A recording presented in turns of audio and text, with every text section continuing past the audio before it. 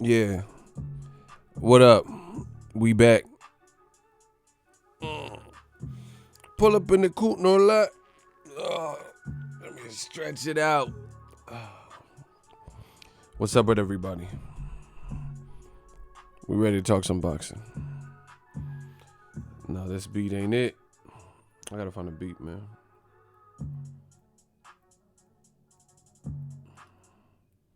I need a DJ. Bro, this is the same fucking beat. Man, hell no. How do these beats, this is what's wrong with the music now. I just went to 2 separate beats and they sound the same. Listen.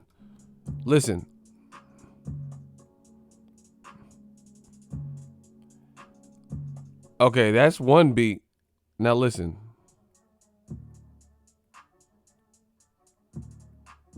That sound like this. How am I tripping?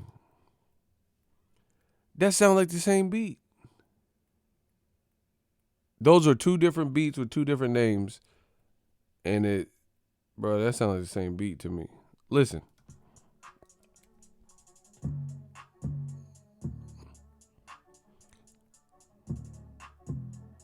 Okay, now listen.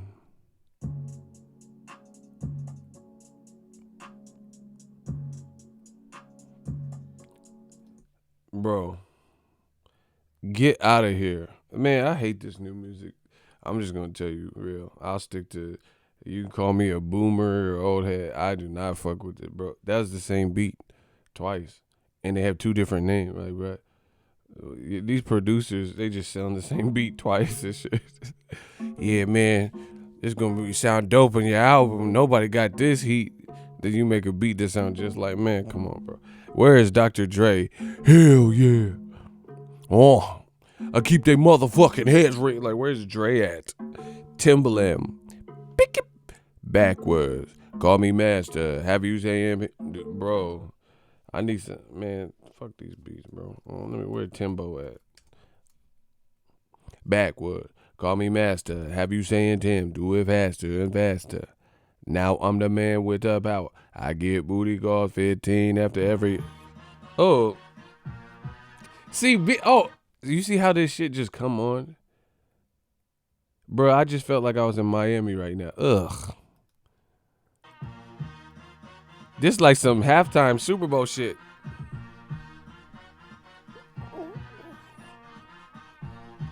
Oh my gosh. Yo. Pick it. Dude, that shit. No. I don't like these new beats, bro. High techers, bro. Man, I don't know who you talking about, but he said he recycled that beat, bro. He did a Captain Planet. That motherfucker recycled that beat and sold it to someone else. Man, you gonna have the hardest album. Nobody got this shit, man. All your shit sound the same. Gang, how's everyone doing though? Oh man, I got my iced coffee. I'm ready to go, man. This shit, what is this? Dog whistles? Bro, this is the dog whisper beat. Man, I gotta.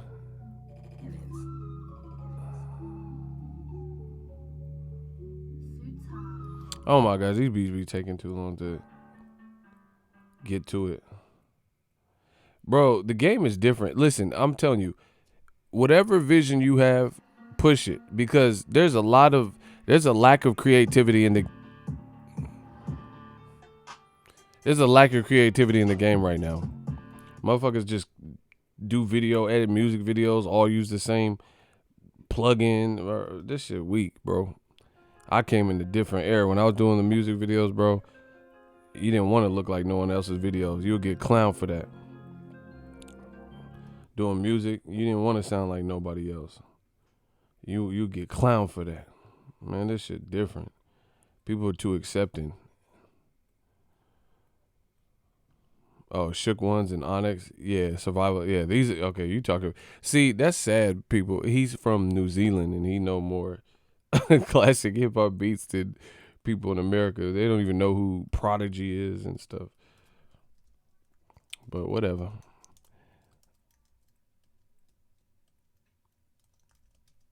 Man, I used to be on there and find beats that sound dope right off the rip. Now I'm like, there's too many people. This shit watered down. Too many weak ass producers, bro. Like your beat is your calling card as a producer. This should be trash sometimes. And then, I hate the beats on YouTube. The beats on YouTube, and it'd be like Drake type beat, and you listen to it. Drake wouldn't get on this horse shit. You know what I'm saying? They have a picture of Drake, the cartoon version, and then it'd be a beat like, no, Drake would not. Like, let me find a horrible beat. I'm gonna show y'all. It says I just typed in worst beats ever. Let's hear it. Yeah, this is sounding pretty fucked up already.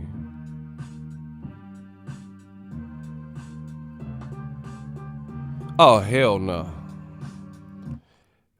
What the fuck? You approaching the bad guy, King Koopa? What the fuck was that? Bro, yeah. See, it'll be a beat like that. It'll be talking about some Drake type beat. And Drake would not get on this. He got 40. That motherfucker got OVO 40 who got dope ass production. He would not get on this. Yeah, say it with me. I was running through the 6 with my woes, fucking with these hoes.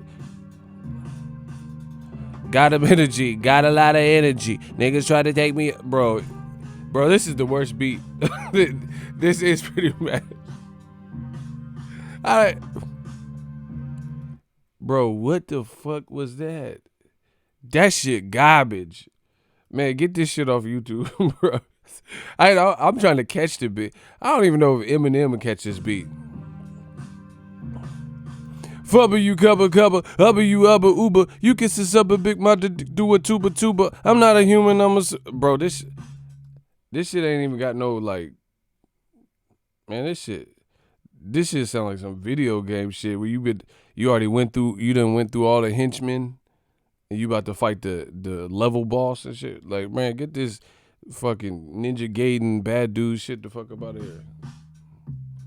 Bro, I don't know who could kill this beat. Luda, the incredible, untouchable.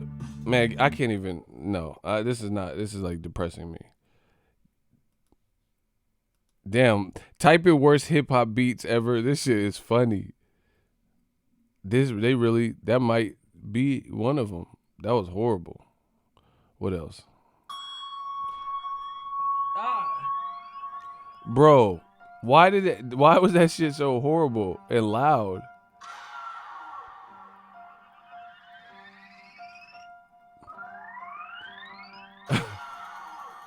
What in the fuck is this?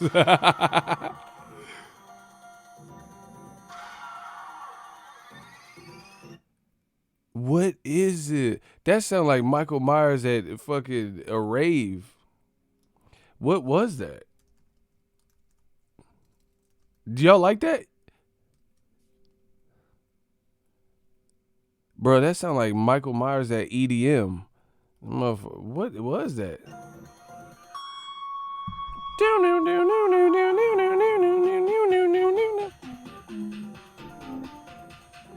I can't even deal. I feel like I'm gonna start losing subscriptions because of these beats. Because let's check this BOXINGEGO guy out, see what he's talking about, and they gonna come in here think I'm doming these beats and shit, bro.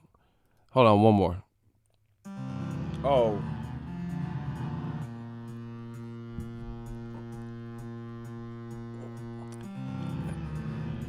Hey, blood, what the fuck is this?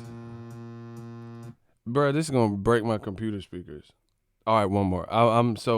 This is why I hate YouTube, because you get stuck in these wormholes. Now I can't stop listening to these funk ass beats. Hold on. Bro, I gotta turn this shit down. Let me stop, bro. These are literally horrible beats. Like, you can't even rap to that. Like, what, man? I hate I hate you producers. It's a bruh.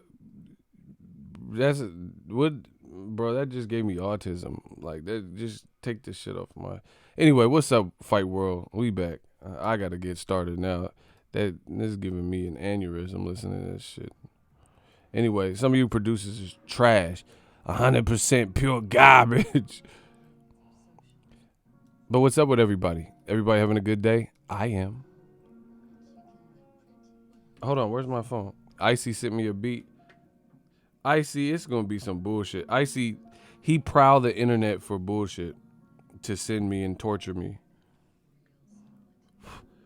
And his mom hate me too. She said, turn him off.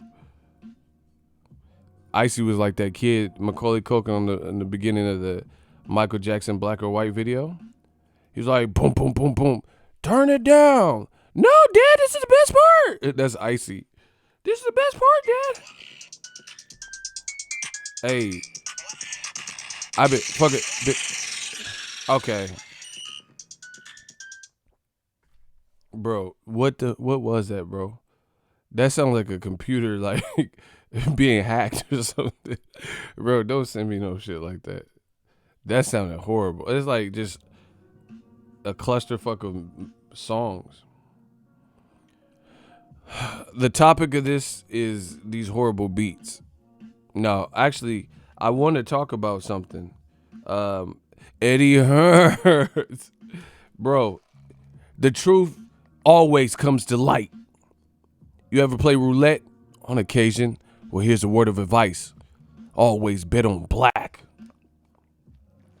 What movie is that from? Y'all don't know y'all movies? Y'all don't know movies like The Kid? Let me ask you a question. Ever play roulette? On occasion. Well, here's a little word of advice. Always bet on black. Y'all don't know what movie that's from. You young Thundercats don't know this shit. You old Dora the Explorer, SpongeBob, SquarePants, Boots, looking ass motherfuckers, bro. Y'all don't know this.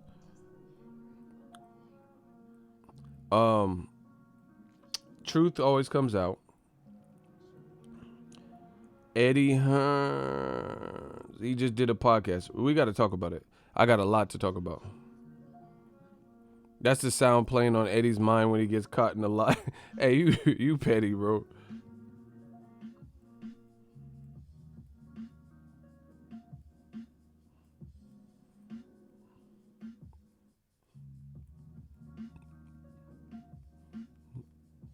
Hold on. All right, look. Hold on. Let me pull it up. We about to get cooking. I'm about to listen. Eddie. Oh shit! I just closed it. Hold on. Eddie, I love what you've brought to this sport because you're allowing your guys to fight. Whoever the best possible guys are, and that's cap though. Listen, oh my gosh, bro. That's cap, though. That's Lance Pugmire. But what he said was cap. He said, I love what you brought to the game, Eddie, because you're allowing your guys to fight just whoever. But he's not, because he's not making the fight. He can't get the fight done. Listen, man, this shit cap. Colin Kaepernick. Listen. I love, Eddie, I love what you've brought to this sport because you're allowing your guys to fight, whoever the best possible guys are. And we've talked about this before. You've taken some L's along the way, including Joshua. Oh, he took some L's. But you're willing to take risk. And it's gotten to the point, like you probably hear it on Twitter too. It's like you won't even fight your own guys between each other. Yeah. That's right, because he's seeking other fights against these other promotional companies. I don't really like making fights between my own guys because I like to be the guy who's on the edge of his seat, jumping up and down and screaming. And when you've got two guys in the fight, you're not...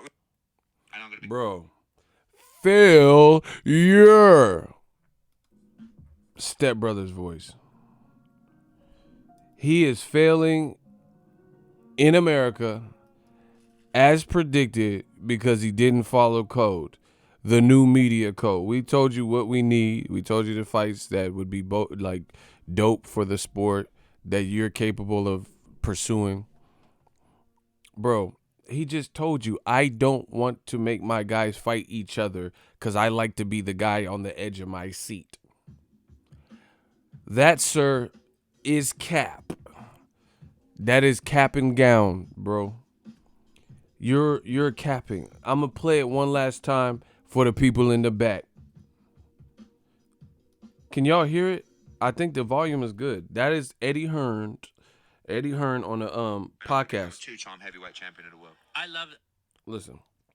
And I'm going to become a two-time heavyweight champion of the world. I love, Eddie, I love what you've brought to this sport because you're allowing your guys to fight, whoever the best possible guys are. And we've talked about this before. You've taken some L's along the way, including Joshua, but you're willing to take risks. And it's gotten to the point, like you probably hear it on Twitter too. It's like you won't even fight your own guys between each other. Yeah. That's right, because he's seeking other fights against these other promotional company I don't really guys, like making fights between my own guys because I like to be the guy who's on the edge of his seat, jumping up and down and screaming. And when you've got two guys in the fight, you're not.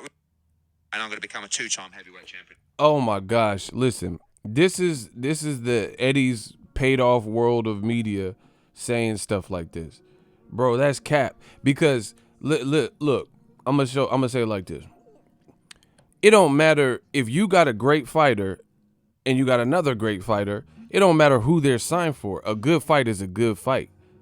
You see what I'm saying? So how could you say openly, I don't like to make fights with my own guys because I want to make the best versus best and I want to be the promoter or the guy on the edge of his seat screaming.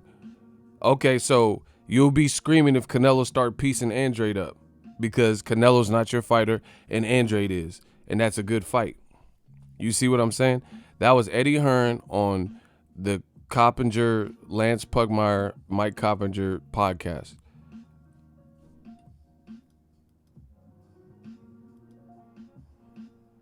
Block him. Oh, my God. Block him. When they hate, donate. They're not going to distract this message. I'm too sharp. I'm too pretty. I'm too fast. I'm too... Bro, I don't even worry about that. My shooters handle that. Good job. Shout out to Business Brain. When they hate, donate. That's all y'all got to do. $1 super chat. And since we talking about come-ups and whatnot, I got to let y'all know. As you guys know, I'm Disney Ego, right? I just talked to Disney. They informed me that now I'm eligible to start promoting ESPN bundle. So you get ESPN Plus, you get Hulu, and you can get Disney Plus for $12.99 a month. All three, $12.99. If you click my link to get the bundle, it helps the channel. I'm Disney Ego. It's a killer deal, bro. That's the deal that, that's available. And if you purchase it through my link, it helps the channel. What can I say? But Disney Plus is raw. I have all three of them. I got Hulu, I got ESPN, I got Disney Plus. The end. Disney Plus just came out with the Lion King, the Beyonce one, the live action one, and they just put that on the app. So we working. I'm Disney Ego. They can play all the games. When they hate, donate. That's two people.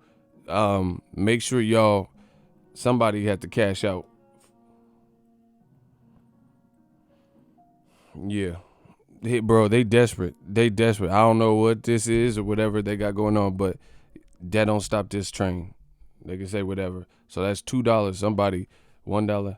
Let's get it. Bro, it's over for these dudes. Anyway, back to Eddie Hearn. Eddie Hearn. He just said, I do not like to make my own fights with my own fights, but let's unpack that. Let's analyze that. That makes absolutely no sense because it don't matter. As a fan, we don't care who's aligned with who. A good fight is a good fight is a good fight. You get what I'm saying? Like, if you go to a pizza place and they have the best pizza in town, do you really care about, like, their logo? Like, something so minuscule as that? Or do you care about, like, every time I go to this pizza, customer service is outstanding and the pizza is delicious? So Eddie Hearn's capping. He's saying he don't like to match his own people because he wants to be on the edge of his seat. But if you make good fights with your own people, you can still be on the edge of your seat because some of them could be good fights. Like Billy Joe Saunders, Caleb Smith. Like Andrade versus Billy Joe Saunders. These are good fights. So how are you not going to be on the edge of your seat because it's two of your guys? Basically, like I've been telling you, if you want to make an omelet, you got to crack a few eggs. A lot of these other promoters outside of PBC, they try to put cut in the dope to stretch it because they don't have the roster, so they don't want to hurt guys' stock. So they have to move strategic and give you a bunch of filler fights. Dillian Whyte to this day has not fought one person that I wanted to see him fight since the Joshua loss. Not one. If you can say, Ego, write down a couple of names that you want to see match with Dillian Whyte, not one of the people he's fought since the Joshua loss has been the guy I would have selected. Period. That's it. So you can have a good fight. It don't matter who's the fight. That's another hater. So when they hate, donate. It don't matter who's promoting the fight. If it's a good fight, it's a good fight. So you could be on the edge of your seat with your own fight.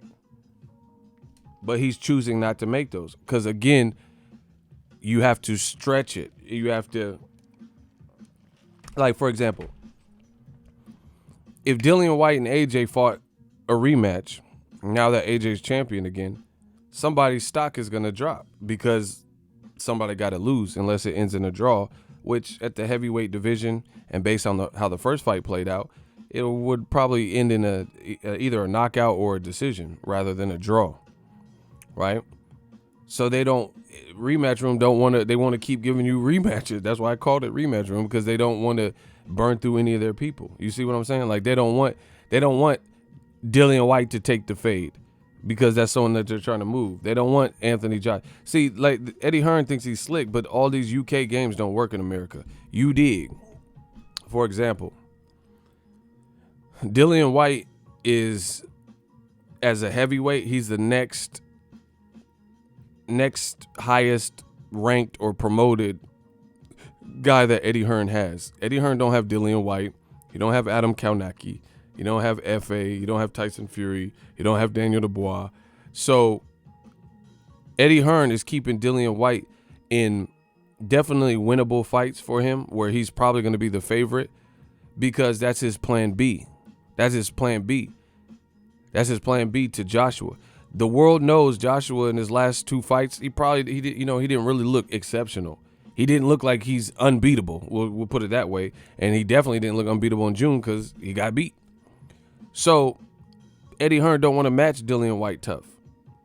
So he doesn't want to give him Joshua because he could spoil Joshua, if Dillian Whyte beats him.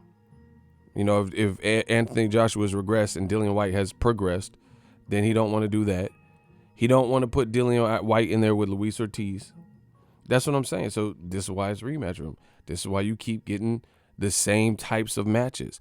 Who in the holy fuck is Joseph Parker fighting on Matchroom in DAZN? So that podcast, I disagree with Lance Pugmire, and they're trying to cop out for Eddie Hearn, saying, oh, you're taking the risk. And then if you listen to what he said that Eddie Hearn, this is what I like about you. You came in the game. Here, I'll play it one more time. And I'm going to become a two-time heavyweight champion of the world. I love, Eddie, I love what you've brought to this sport because you're allowing your guys to fight, whoever the best possible guys are. And we've talked. Okay, so the statement is, I love what you've brought to the game because you're allowing your guys to fight basically anybody, the best of the best, even competitors, opponents. And you've taken some L's along the way. Listen. Heavyweight champion of the world. I love, Eddie, I love what you've brought to this sport because you're allowing your guys to fight, whoever the best possible guys are. And we've talked about this before. You've taken some L's along the way, including Joshua, but you're willing to take risk. And it's gotten to the point, like you probably hear it on Twitter too. It's like you won't even fight your own guys between each other. Yeah. That's right, because he's seeking other fights against these other promotional companies. I don't really like making fights between my own guys because I like to be the guy who's on the edge of it.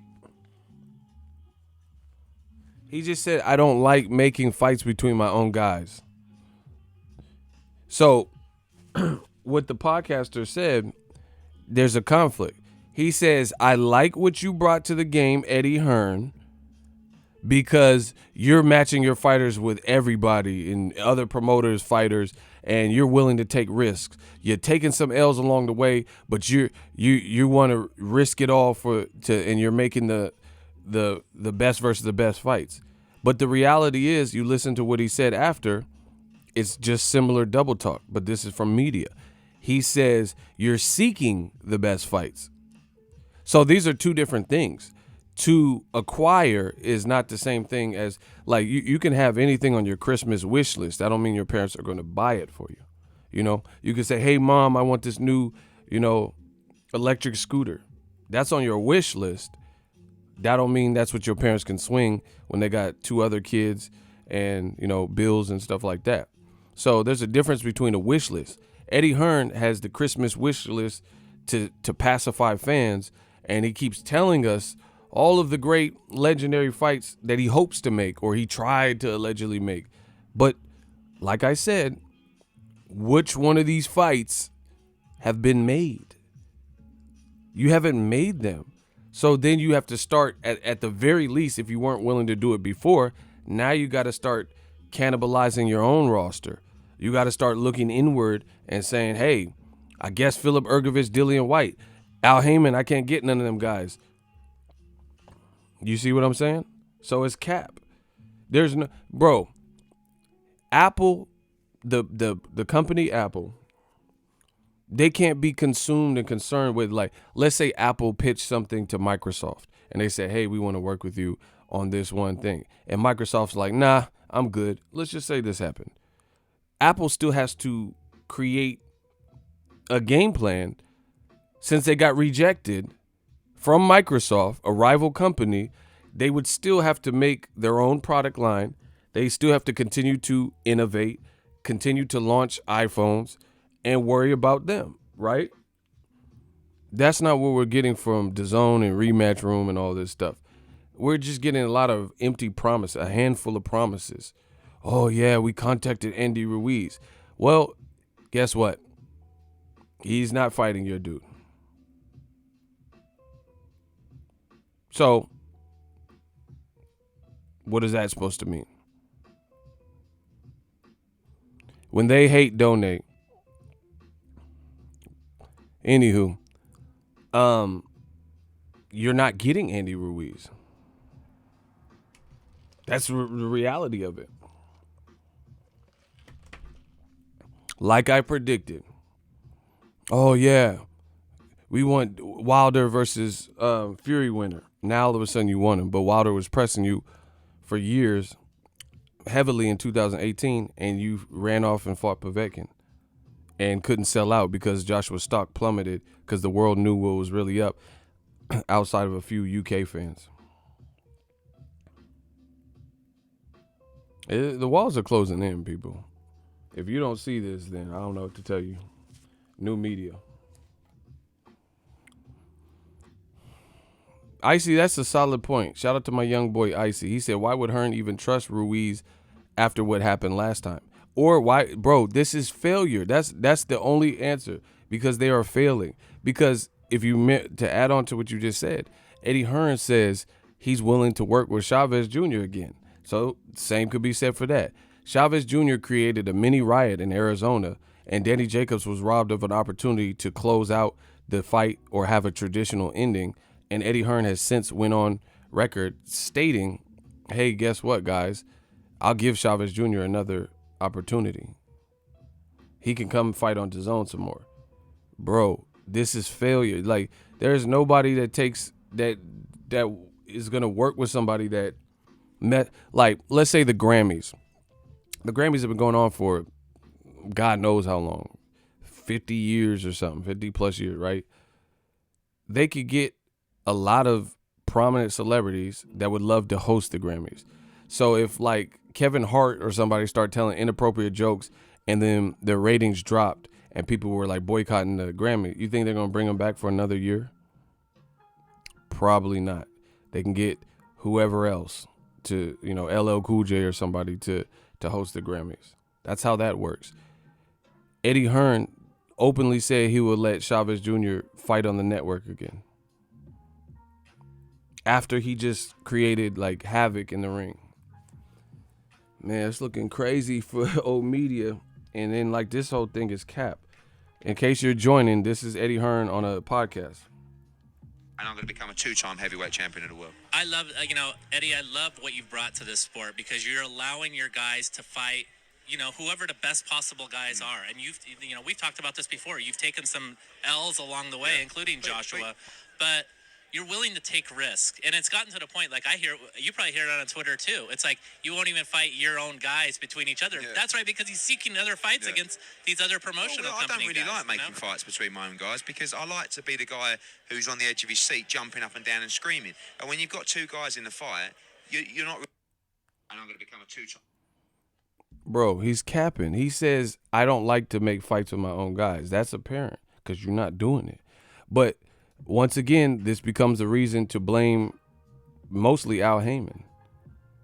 Man, fuck all that. If DAZN needs a hit, they need a hit. You gotta, if you want to make an omelet, you gotta crack a few eggs. You don't get the luxury of, bro. How do you care about the fans if you can't get said fight with the rival promoter, and then you have some interesting matches in house, but you saying I don't want to make fights with my own guys? But then the podcast is saying, giving you props, saying that you want to make the best versus the best. That's not the best versus the best then. If Demetrius Andrade can't get Charlo, who people should see, listen, I've studied the game and I've mastered old media. I know all their tricks. They tell you, tell me if I'm lying. They tell you all the time how Charlo sucks, how Al Heyman sucks. Charlo's no good. Charlo's a bum. Who is he beat? He don't deserve Canelo, right? Why do you want to see Andrade fight Mr. I'm so horrible, Charlo? And how is that a point? Oh, he should have took the money and did it. Why do you want to see the fight? Either way, you are lying. You are lying about something, because if he was as bad as you're making him out to be, then when Eddie Hearn shows a fucking email and says, oh, I reached out to Charlo for Andrade, then you wouldn't feel no type of way because you don't care about that fight. Like Joseph Parker's fighting Rondell or whoever. If that fight gets canceled, I'm not going to lose no sleep over it because it's not a big, meaningful fight. So why do people want to see Andrade versus Charlo with inherent obstacles, with two different plans, two different promoters, two different agendas of what they're trying to do, two different levels of popularity right now, right? And then when Eddie Hearn shows an email, the person they ridiculed, which is Charlo, and said he ain't this and that, why you want to see Andrade fight him so much? Beyond that, going back to what Eddie Hearn revealed, I told you Eddie talks too much, bro. What he just said, they just gave him credit for making the best for the best. You can't get Charlo for whatever reason. So why not go after Derevyanchenko? That's a good fight. Andrade versus Derevyanchenko. You can't always get what you want when you're not in a position of power. Like, my mom used to tell me, let's say she was making meatloaf and I'm a kid and I didn't want meatloaf. And I'm like, no, can you give me McDonald's? And she said, you got McDonald's money? That's what my mom used to tell me. She used to say shit like that. Because I'm a kid. She knows I ain't got no money. So you got to eat what the family eats. I'm not going to make special trips and, spend extra money when I'm going home and slaving in the kitchen and cooking and making special, arrangements for you. You got McDonald's money. So that's the thing with DAZN. If you can't lure Charlo, you ain't got McDonald's money. So you got to start utilizing the roster you have maybe. Or look at, hey, I can't get Charlo, but what about Derevyanchenko? Let's say Al Heyman says, you ain't having none of them. I got plans for all of my guys. Okay, then at the very least, at that point, you have to start saying Andrade versus Billy Joe Saunders. Let's get DAZN cracking. Andrade versus Caleb Smith. He said he'll go to 68 for Billy Joe Saunders. Why not go to 68 for Caleb Smith? I know they're friends, Jacobs and Andrade, but I'm just saying you got to start looking inward at some point. They giving him credit for making the best versus fight, but what did he make? He ain't made these fights. Just because he speculated and showed email, none of these fights came into fruition. Oh my God, new media destroying y'all. This shit's too easy. Could y'all give me some harder work?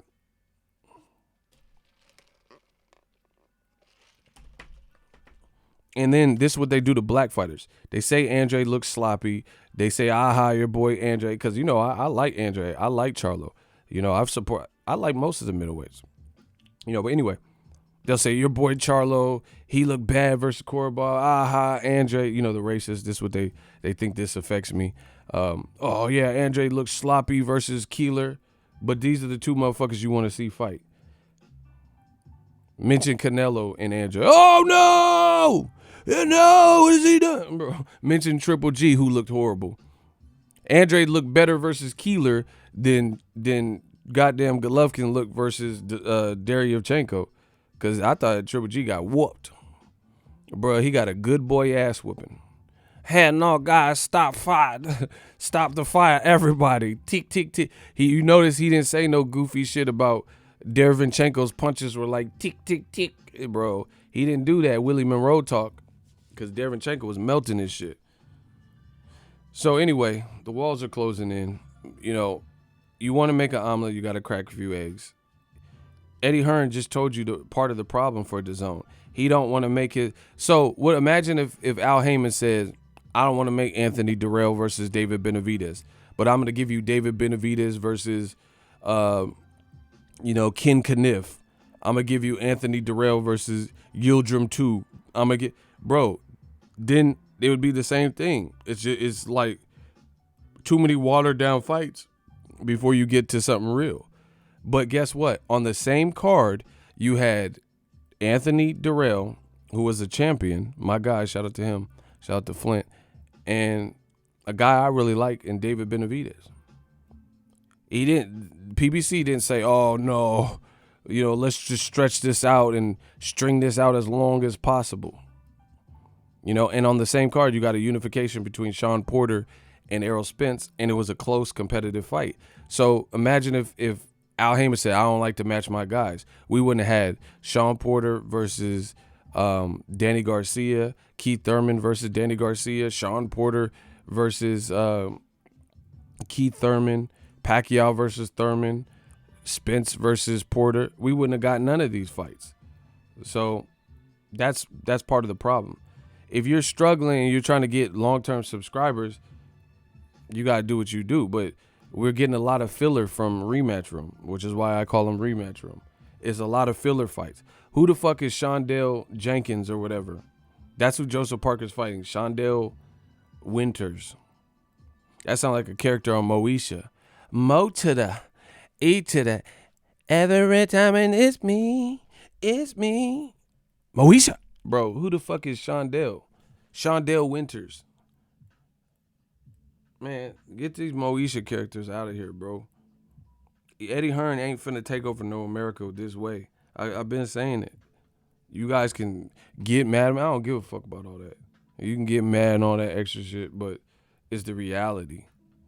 There ain't no American take. How you gonna take over America? We don't even know who the fuck these people are. Yeah, some people don't even know who Murat Gassiev is. I do, because I cover boxing. I do, but you don't. So he's not even a big name. Moving up to heavyweight, and then he fighting, Werther's Original or whoever the fuck. Yeah, I don't know who these people are. You know what I'm saying?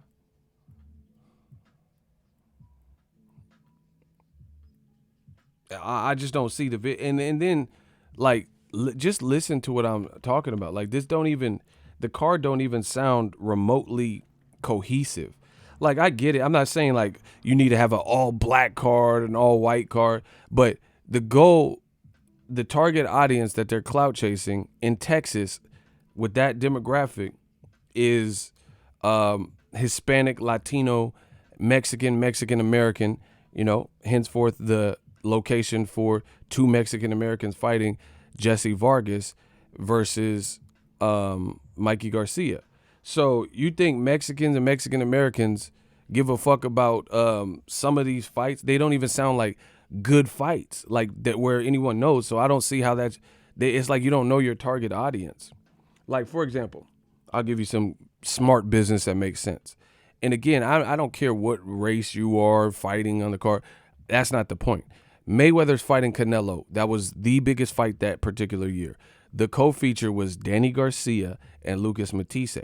So it's not another black and Mexican guy fighting. However, it was a much anticipated fight that we felt would have good action with two strong punchers, two guys that were tough and hadn't really been stopped before. And like Matisse at the time, his losses were arguable. Zab Judah, Devin Alexander, they were arguable. And he had been running through a Lusigan, a Jose, and running through guys like Humberto Soto and shit like that. That was the best. And he beat Lamont Peterson by stoppage. So you could see how, as a ticket buyer, as a consumer of products, you would be happy and happily buy. If you already want to see Mayweather versus Canelo, right? And then you find out the co-feature is Danny versus Lucas, you like, oh, for sure. Because it just makes you happy. I mean, what boxing fan wouldn't get happy when the chief support is fights that, you know, and fighters, you know, and things you would love to see that really could have been their own main event. More recently, you could say like Sean Porter and I was at that card, Sean Porter and Errol Spence. Okay, so the fans already wanted to see that. It was a unification. Sean Porter, great resume. Errol Spence, a beast, right? And you get to see David Benavidez, who just knocked out my boy J. Leon Love on an Errol Spence card. You see? So this kind of makes sense. David Benavidez was the co-feature for Errol Spence Mikey earlier in the year, and now they're back on the same card together. David Benavidez is an action star. Like, you know, he's an action-packed fighter to watch. He was trying to get his belt back, and Anthony Durrell's a beast. He's a dog. So we knew that was going to be a good fight. And on top of Jose Cito Lopez, who's from Riverside motherfucker, fighting in Cali at the Staples Center against John Molina from Cali. You see how that card is kind of complete. You're getting a little bit of everything. You got two warrior type guerreros, Jose Cito Lopez and John Molina, both from Cali, fighting in Cali at the Staples Center on a card with Spencer, Porter and Spence, which should prove to be action. David Benavidez, Durrell proved to be action. You could see this coming a mile away. And then you have people like up and coming, like my dude Mario Barrios and Joey Spencer, who have action styles as well. Boxer punchers. So it makes the card cohesive. This Mikey Garcia, Jesse Vargas card is like sloppy joes and cereal. Like it doesn't even, there's no cohesion to it. It's just like all over the place. So your main event is targeting the Latino audience, but nothing else about it seems like fights that would cater to that. You see what I'm saying? Like great action fights with people we know, you know, other Hispanic fights and fighters. Like, for example, I'll give you one more example. Mayweather fought on the quote unquote Mexican dates. You notice he perpetually would fight a Hispanic fighter, Latino fighter, to make it more of an event. People loved him, hate him, paid to see him win, paid to see him lose, but it worked. When Mayweather was fighting against Robert Guerrero, Canelo was supposed to be on that undercard, and he was going to be on the undercard. So can you imagine that card would have been even bigger? Mayweather versus Robert the Ghost Guerrero and Canelo versus Austin Trout was supposed to be on that very card. So that was awesome planning. The only reason Canelo pulled out is because he had a diva moment and Floyd didn't agree in writing to fight him next, even though he would fight him right after the Guerrero fight. And Canelo had a pissy fit and said, oh, if you don't promise to fight me because I've been calling you out, then I'm not going to fight on your card.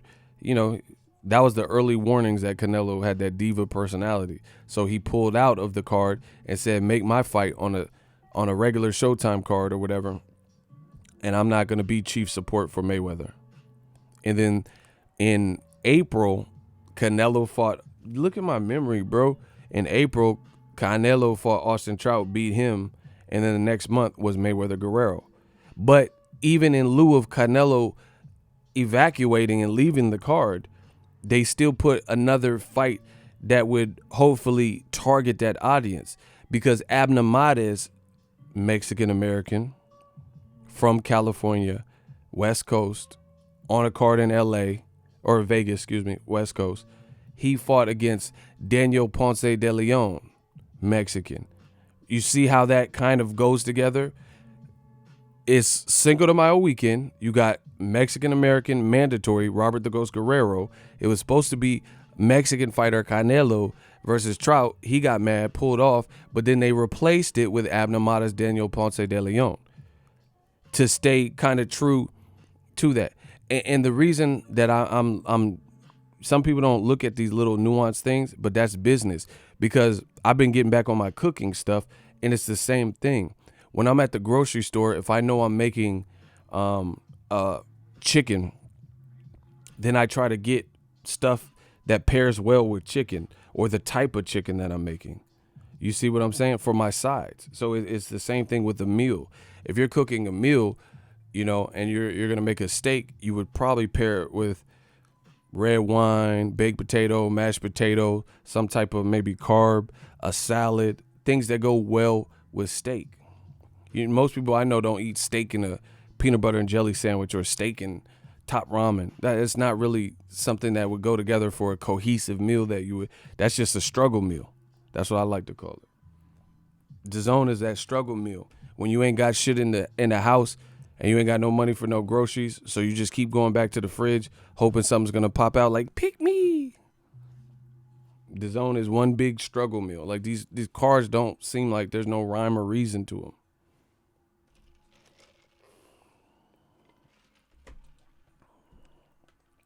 Smash a like button. Destroying old media.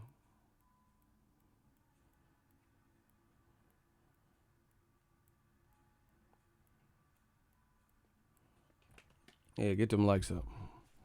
So anyway, that's the reality of it. Like I really don't. And see, this is the podcast is giving Eddie Hearn props, saying he's making the best fights or he's going after it or whatever. How is Joseph Parker versus Rondell or whatever? How is that the best fight for Joseph Parker? How is Joseph Parker supposed to fight against Derek Chisora? He gets bit by a spider, which is something I've never, ever heard of, a fight being ended off of a spider bite a month in advance, right? He gets bit by a spider, and then now he comes back. Look, it was just announced officially today.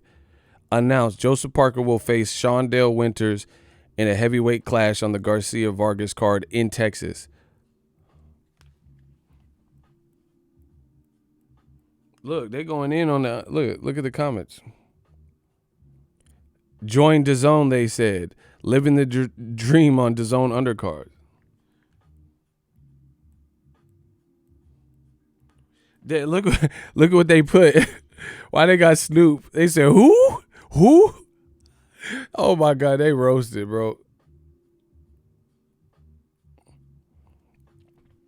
I told y'all this shit, man. Come on, bro. It just don't make no sense. And then now, where Canelo fight at, bro? They mad. Old media mad as a motherfucker, bro, because everything I predicted came true. Everything I predicted came true. They hot as a motherfucker, bro.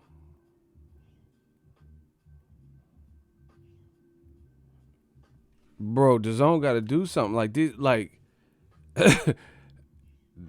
it just don't make no sense. It just don't make no sense. And it's funny because everybody, oh, ego, you're hating. Oh. Y'all did all this extra shit. Like, look, this is on DAZN, bro. Road to Redemption. They have a card. They have a card on a Thursday at the Avalon in Hollywood with Joet Gonzalez. This is Golden Boy's DAZN Thursday night fights. Joet Gonzalez, Marlon Esparza, and Lamont Roach Jr. triple header on a Thursday, right? What do those three fighters have in common? They all just fought and lost. How do you have listen, I've never seen a triple header with on a Thursday, and it's a triple header fight, and all three fighters are coming off of losses, like the named fighters, not like the B side to the A side was just fighting them like tune-up fights. When is the last time you've heard of that, where all three fighters with a name. Like, I don't even see. I wouldn't even. How is that a thing you would promote? I would put, Ryan Garcia's fighting, put one of them on the undercard of that. Canelo's fighting, put him on the under. That's how you build them back. How you have a Thursday fight where everybody came off a loss? That's not like really a good marketing. Like, what do you say in the build up?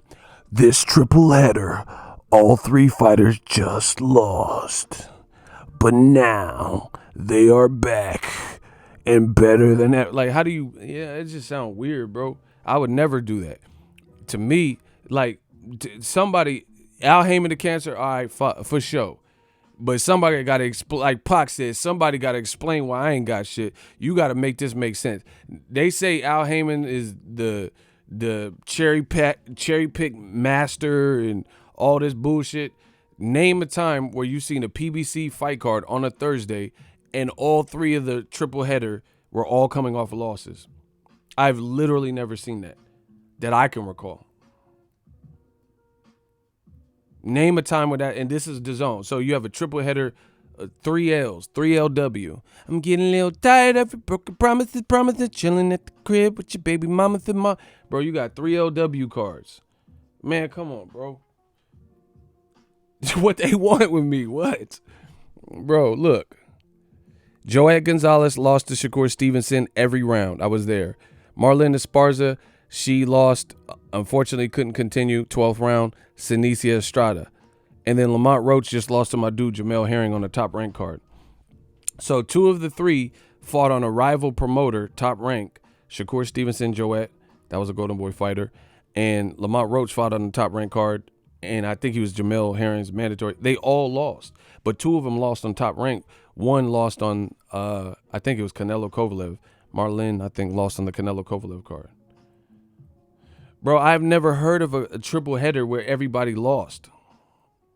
Like, usually, see, that's what I'm saying. DAZN coming out here watering down my sport. I'm not for that, bro.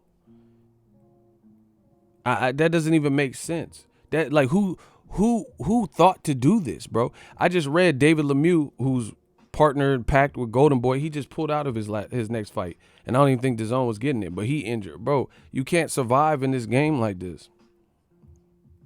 You can't survive like this. Yeah, I know Marlene Esparza. She's dope. But that don't change the fact that she lost her last fight. She got a nasty cut. That they should have they should have stopped it instead of making her continue like that. Bro, that should have been stopped, and that was stupid. They should have stopped it and then went to the scorecard because that cut was nasty. But either way, when's the last time you seen a triple header like that, bro? Where everybody in the triple header, like, because HBO, they did a lot of triple headers where it'd be like Jezreel Corrales and so Machado, and then like Demetrius Andrade. But Andrade undefeated. Jezreel Corrales might have been undefeated. Machado might have been undefeated. You get what I'm saying? I never seen no undercard or no triple header where everybody just lost in known fights. You're known.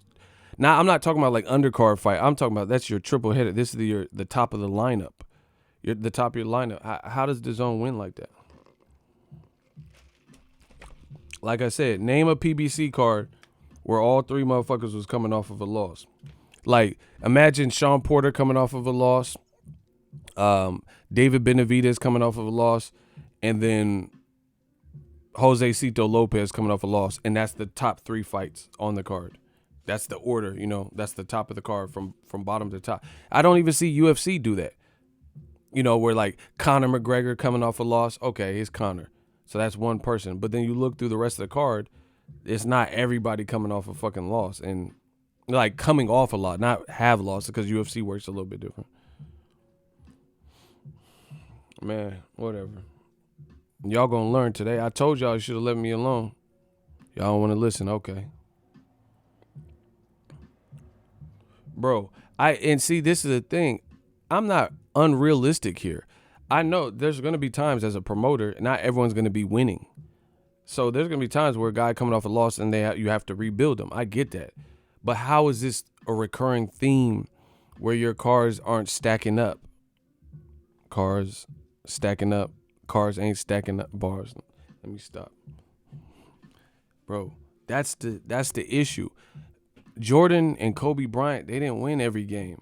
But if they played 10 times, they won 7, 8, 9 of them. Sometimes they won 10 out of 10. That's what made them great.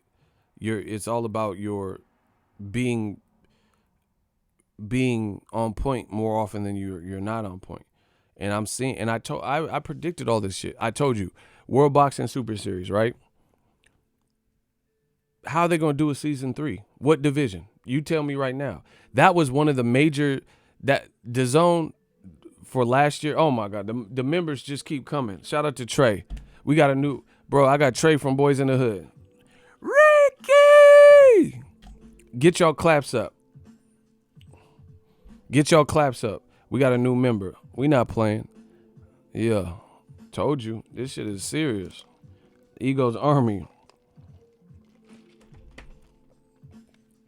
So anyway, the bottom line is, when have you seen this stuff? How did Kane get blocked? What did he do? Why did Kane get blocked for? Okay, you fixed it. I was about to say. Anyway, it just don't make sense, and there's no way to survive like this. Like, just it don't, and that's the thing. It don't look like it's gonna get any better. It don't look like it's getting better. So, back to my point that I keep making. Some of DAZN's boxing calendar was saved by the World Boxing Super Series because there were some fights in a tournament style that we were watching the tournament to see the outcome. So we were watching Regis Prograis fight, then got to the end, we watched Regis Prograis, Josh Taylor. We watched Inoue fight, we watched Donaire fight. Donaire had a good knockout with Stephen Young, and then we seen Donaire Inoue fight. We seen the Tabiti Dorticos, and he got knocked out. We seen it. So, we had to watch the tournament, so watch these fights to build up to see who would, it's like American Idol or something. You want to see who gets to the end. But now, what World Boxing, with all the money problems and organizational problems that it sounded like they have, what division is real? Listen, please, please, please, please. I am in the zone. We are on fire, new media. Do not answer this question if you have not thought your answer through, because you may be put in a hot seat. I want realistic, because I'm taking this as threats. If you answer this and try to answer this with random guess, I'm taking it as you the ops. You the ops, and you just saying stuff trying to make this make sense. So if you can make it make sense, that's all good. But if you can't, I probably wouldn't even say nothing.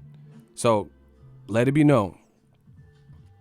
Name a division that is realistic for the World Boxing Super Series where you can imagine top fighters from those divisions would all sign up to join World Boxing Super Series Season 3, fight on DAZN, even with the financial and organizational shit that almost had Regis Prograis pull out.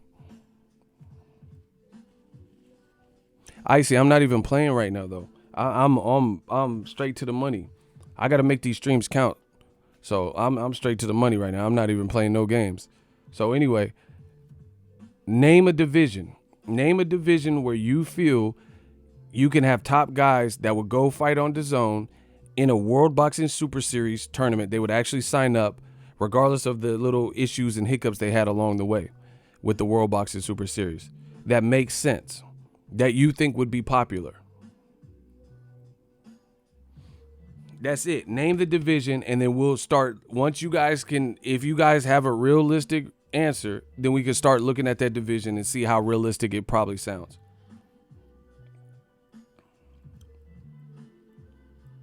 Because I can't think of no division. Usyk's at heavyweight. So what? They haven't even done the cruiserweight competition yet. We never got to see Dorticos in the finals. So, that still hasn't even happened from last season.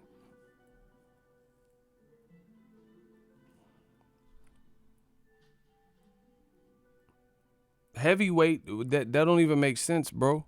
How can DAZN do heavyweight because what does this tournament mean if Tyson Fury and Wilder ain't in it? And likely F.A. Ajagba wouldn't be in it. Adam Kalnaki wouldn't be in it. Daniel Dubois wouldn't be in it. So what kind of tournament is that? What is that? Tony Yoka just signed with Top Rank. Gerald Big Baby Miller. If Top Rank just acquired Tony Yoka and Gerald Miller, have Tyson Fury, and he's already locked up, right? They have Qbrat pull it. They're not finna send all these fighters to DAZN. So that don't even make sense.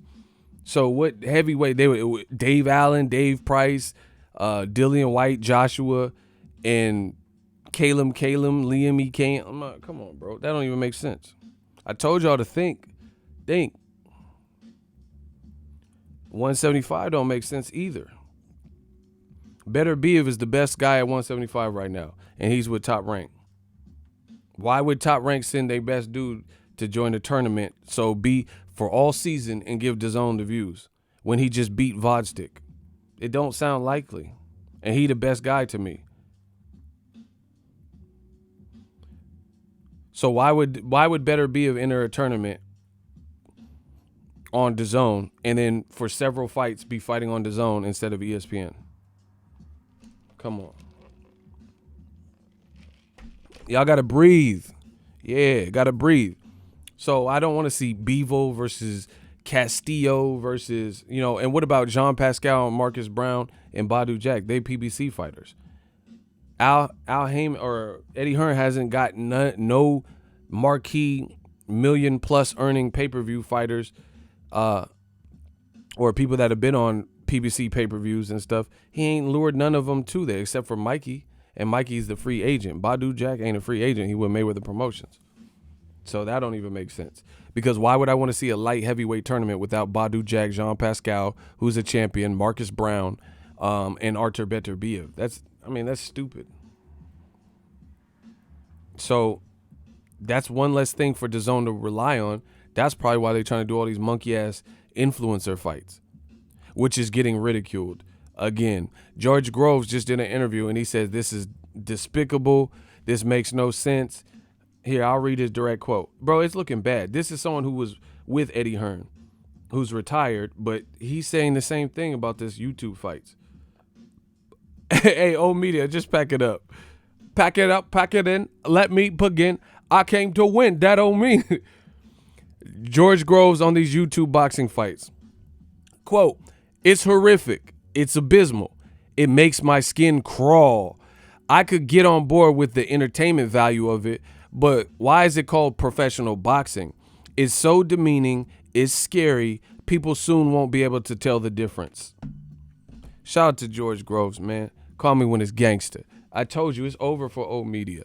That's a UK fighter who was in a 90,000 fight with Carl Froch, 2 exciting fights, fought Badu Jack, sparred with my dude Caleb Plant. Bro, he's been around the block, beat James DeGale. And he's saying the same thing that I've been telling you.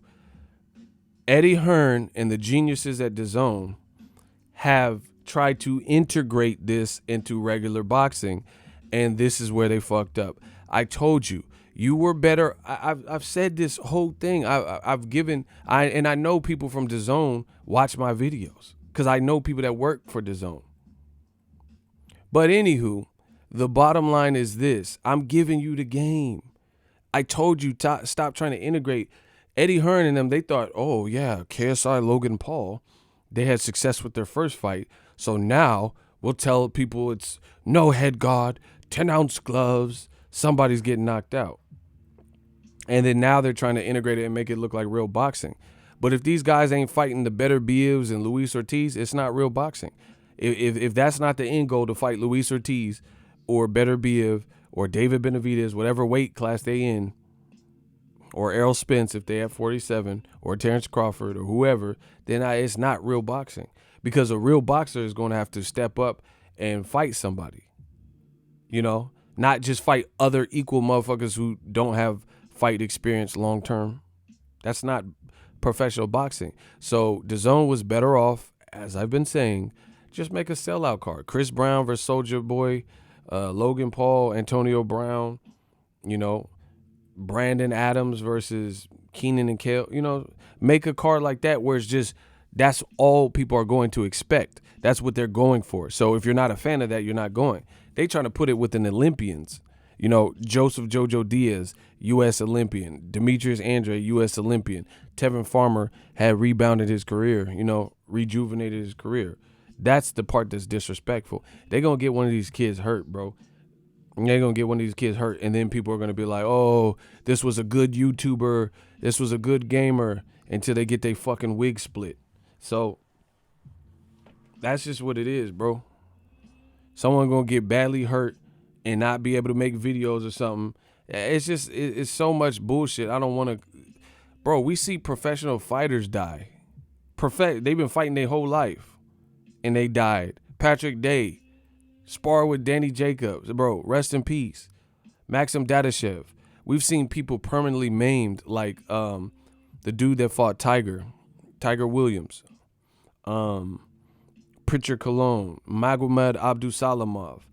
You know, Emil Griffith killed somebody. Sugar Ray Robinson killed somebody. We see, and Kovalev killed somebody. We see this with regular pro fighters. You know, that's why I don't like encouraging this shit, because what does it really mean? And then when you trying to make it regular boxing, like taking the head guard off, that makes it worse. Like celebrity boxing, I have to look again, but if I recall, Oscar De La Hoya had one with Mario Lopez. I think they were wearing headgear and they were going super light. They trying to make this like people was battling for YouTube clout, and motherfuckers is trying to like really sleep the other person. And you know what else is horrible? These kids don't understand. Another thing these kids don't understand is Logan Paul and all of these guys, they were doing the weigh-in and get more views than DAZN. You can even if you have to get this off your chest, you could do it without a middleman. American Gangster, bro. I'm Frank Lucas of this boxing shit. I promise you that. I'll cut out the middleman. If I had to do it, then I'm like, fuck it. I'll do my own fight club. Like how they had that shit, Brooklyn Fight Club and all that. Bro, I'll just do my own. Because Logan Paul and KSI were getting better numbers by a lot than DAZN. You getting better numbers. You could set this whole shit up yourself like they did the first one. That's what happens when too many hands of cookie jar people want to get involved, because money's involved. You see how shit go to. You ever have something you like a show, and then they fire a writer and they get a new writer, and the show's weak now. Like it's like it goes in a whole different direction. Like I used to fuck with True Blood back in the day. The girl I was dating got me on it, so we used to watch it or whatever. And it was dope at first, but then as it progressed towards the end, this shit started getting weak, and that's why I probably had to go off the thing, because the video, like before, it was kind of like suspenseful and more like a horror action type of show, suspense. But then towards the end, they start talking about motherfucking fairies and Tinkerbell and, you know, just weird shit, bro. Pixie dust, and it kind of lost. Is suck it, Bill. Yeah, it kind of fell off. That's what happens. It start getting bigger and bigger, and you start getting people start interjecting their idea. You messing up the sauce. You fucking it all up. Man, that show started getting real weird. I wasn't feeling all them like fairies and pixies, and they just lost the formula. So anyway, that's my thoughts on the whole YouTube stuff. It just don't make sense. Gerald McClellan, Oliver McCall had a breakdown.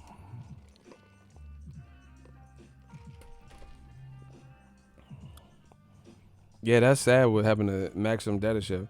That's what I'm saying. And like we all talk and debate boxing, but I don't want to see nothing happen to these kids and shit. You've seen from the Kobe situation, life is precious. Gigi, Kobe, everyone on that helicopter. Life is precious. These dudes are making money, making their own thing. They don't have to fight. And see, that's another thing that's watering down this game, bro. Most motherfuckers I know got into boxing because they were being bullied because they were poor, because they needed to learn self-defense. There was like usually a reason. I know fighters that didn't even like boxing. They dad like kind of put them in it to make them tough or discipline them, or because he used to box. You know, people get in it for real reasons. You know, people join for real reasons, not because it's some fad. Imagine if the military had a bunch of people joining just because YouTubers were doing it and it was a trend. So now you have all these goofy motherfuckers in the military fighting for the country. You know, and they just doing it for clout and to vlog about it and stupid shit. You know what I'm saying? Like, people, real boxers got in this sport. There's a lot of different stories, but a lot of people do it as an escape. All I did, like Tupac said, besides rapping, the only thing I did good was scrapping until the end of time. You know, some people really got into boxing because they had to. You know, they were getting beat up and bullied, or their parents did it like Andy Ruiz to help them lose weight. You know, just different shit. Now you got people doing it like it's some novelty fucking Cold Stone ice cream or some shit. Like it's just some fad we supposed to be doing. I don't like that. Keep this shit in its own lane. You know? Because especially to the fallen soldiers and the people who lost their lives to this shit, permanently damaged to this shit, their families is without someone, or, you know, somebody's wife got to talk to a vegetable now. Man, come on, bro. And I don't know. I just feel like it's a fad. It's like face tattoos or something. Everybody's doing it, so more people do it. I don't copy fads and all that. And, you know, this is why I feel it's not even doing what it's supposed to be doing, because if you do something that's really positive and making money, other people are going to copy. Like when Al Heyman said, I'm bringing boxing back to regular TV stations and cable, notice how Bob Arum and Golden Boy, they all copied. This whole YouTube influence, the only people doing it is DAZN. They the only ones like pumping this shit, which makes them look bad. And it's a sign that it ain't really caught on like that, because, again, if it has caught on, then how come PBC ain't doing it?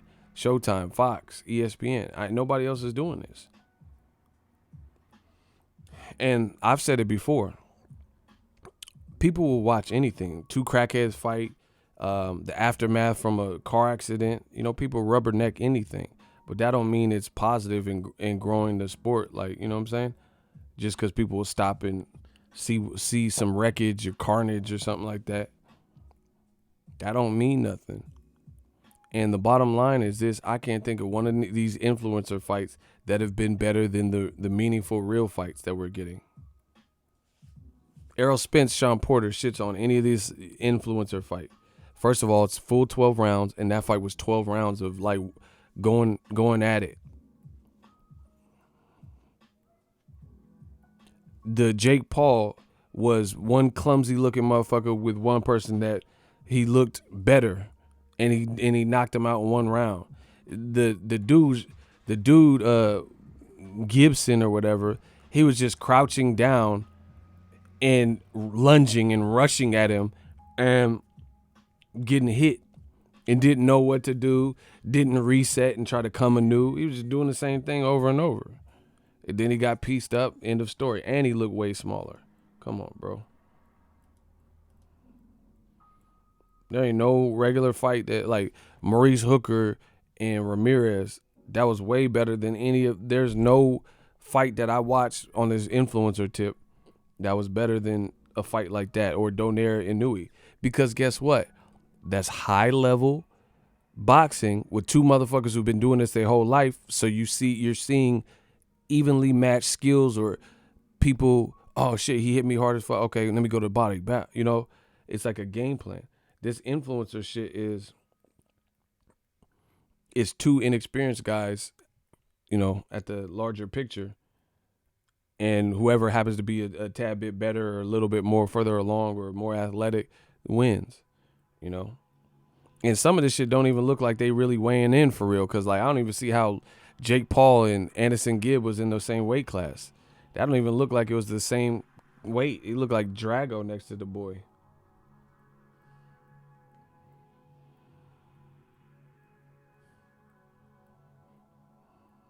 Smash the like button. Yeah, but that was very telling for Eddie Hearn to say. Eddie Hearn to say he don't like matching his fighters together.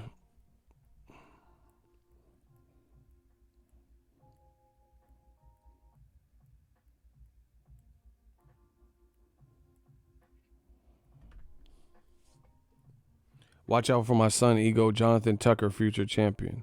All right, I'm on it. I'm on it. And see, that's the other thing that I don't like is my man said his son is fighting, and you got all this youth who are like starting out young, which is what you should do in boxing preferably. And shout out to my man, Mr. 704, with the $7.04 donation. He paid for all the haters earlier and then some. So shout out to that. Facts, Ego, smash that like button. Appreciate you. I don't like that because I feel like there's kids that are doing this. Like my man, I don't know how old your son is, but people who are doing this really taking, balance. It's a lot. There's a lot of people like Floyd Mayweather, for example. There's a lot of people, they don't get to live a kid life like me, like you, because they've been fighting all their life. They don't get to live the. Floyd was in tournaments. His dad was like a drill sergeant, from what I understand. He said, one of Floyd's sisters or something said, Floyd, he didn't really have much of a childhood like the rest of us because my dad was hard on him. He said if he did something wrong, he would make him keep doing it, make him keep doing push-ups, make him do it over, yell at him. He said, so that's why you see now Floyd's successful. He buys what he wants. He likes to eat candy. Sometimes he eats junk food. He does these things because it's just like now he's living his childhood. That's what Floyd's sister said. I forgot. I think it was on a 24/7 or something. That's what she said. And it's true because imagine having to balance school, homework, and all this stuff, maybe dating when you're in middle school, high school, or whatever, and you have to box and be in tournaments. People get to eat pizza and all this stuff. I know it because I've been around Joey Spencer and stuff. And since they were young, him and his brother, Kel, they were super young. And everyone else is getting pizza. And you got to eat something lean because you're about to be in a tournament. You got to eat lean fish and shit. You can't have too much carbs or whatever. It's just different, bro. And I think it's a detriment to the sport and a disrespect that all you have to do is finesse the mic and play boxer. You know what I'm saying? And if you're not playing boxer, then fight Better Biv. That's all I need to see. I'll give one of these influencers, any influencer that fight Better Biv. And Bob Arum would love to make that because he ain't afraid of no fucking you. I try to tell you guys, Arta Better Biv, he'll knock one of these YouTubers out, bro. Bob Arum will make that shit because it'll be a fight where he knows his fighter's finna sleep some shit and it'll get a lot of exposure.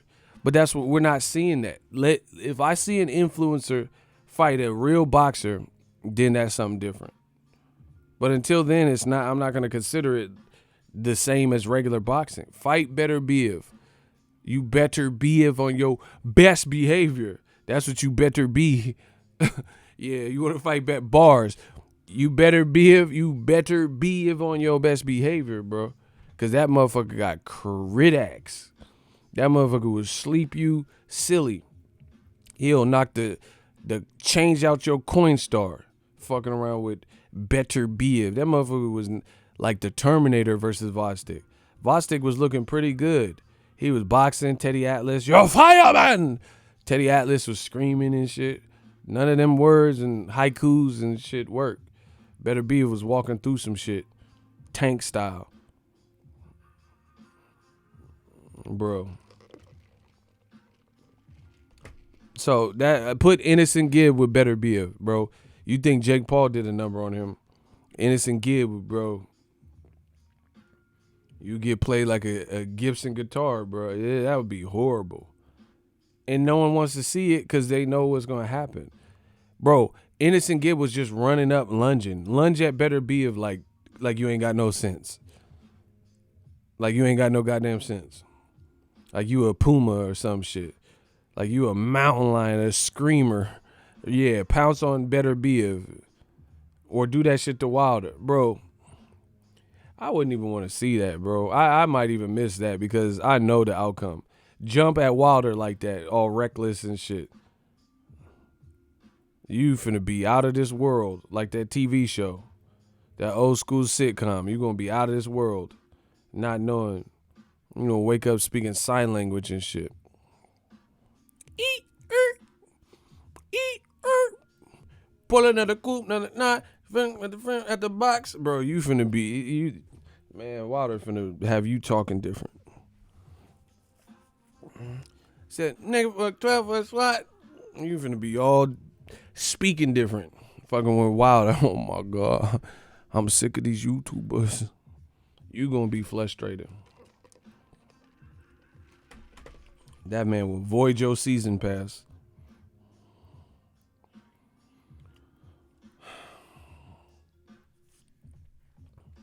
But do you not think boxers should start promoting on social media?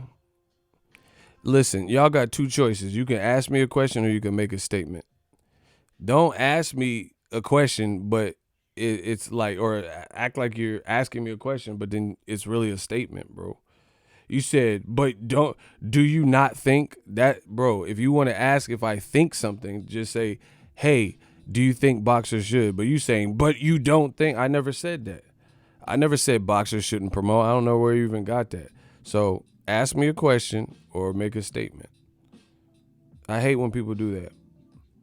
You trying to make it like I said some shit. But so you don't think that boxers should promote? I never said that. I ain't never once said boxers shouldn't build a brand or whatever you talking about. So I don't know about all that. So if you want to ask me a question, ask me that question. But don't infuse your opinion of what my answer is in the question.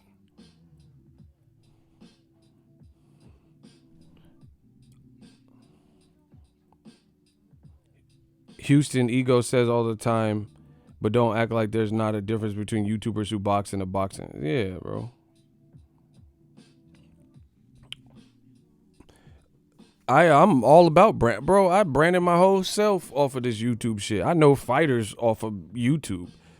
They didn't know who the fuck I was. It's not like I was like in the Golden Gloves with them and they remember, bro. I came up in this digital mob. So of course I think you should brand. And shit, my Instagram had more people than pro boxer. I had more followers than Andy Ruiz by a lot until I'm talking about before he beat Joshua. So yeah, branding is definitely important. But see, like I said, also with this YouTube influencer stuff, I wouldn't even mind it as much if DAZN was actually promoting, I don't know, their real boxing cards. Like where Virgil Ortiz? Who he fighting? He dope. Where is he? Bro, I just seen Ryan Garcia's fighting in 10 days. I ain't heard a peep. I ain't heard nothing. Bro, go to DAZN if you want to be silenced. They got the silencer on the pistol, bro. I ain't heard. Ryan Garcia's fighting in 10 days. I ain't heard not near one of them. I ain't heard nothing about his fight. I ain't see no promo. Like what? Like DAZN, somebody capping. That's it. Somebody got to be capping. Eddie Hearn came in talking all this stuff. Oh, yeah, Jolly-O, we got the $1 billion budget. Yeah, mate, we got a $1 billion budget. What? How you have a $1 billion budget and you got the worst promotion strategy in the game right now?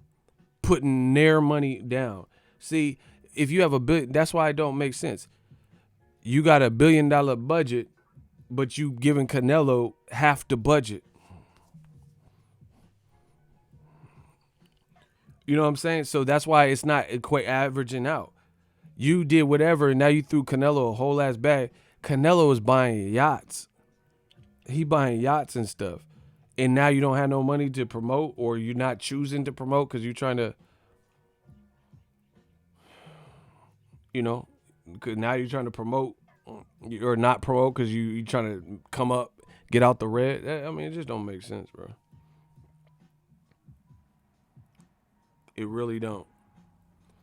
And at least Canelo, he's not the face of boxing anymore. but at least he draws audience. Like DAZN's best boxing numbers only probably mostly came from Canelo. Maybe Joshua because he got slept versus Ruiz, so in the rematch that probably did well. But by and large, ongoing is Canelo. Triple G, how he get equity in 15 million for Steve Rolls and Camille Says Meta? You asking to lose money. You asking to lose money. This is just basically $1 billion tricking. If you got $1 billion, you just tricking your money off. DAZN are trying to build up Antonio Brown versus Logan Paul. And I keep saying DAZN curse ain't done. Why in the fuck are you trusting people like Antonio Brown to save your fight schedule? He's a loose cannon.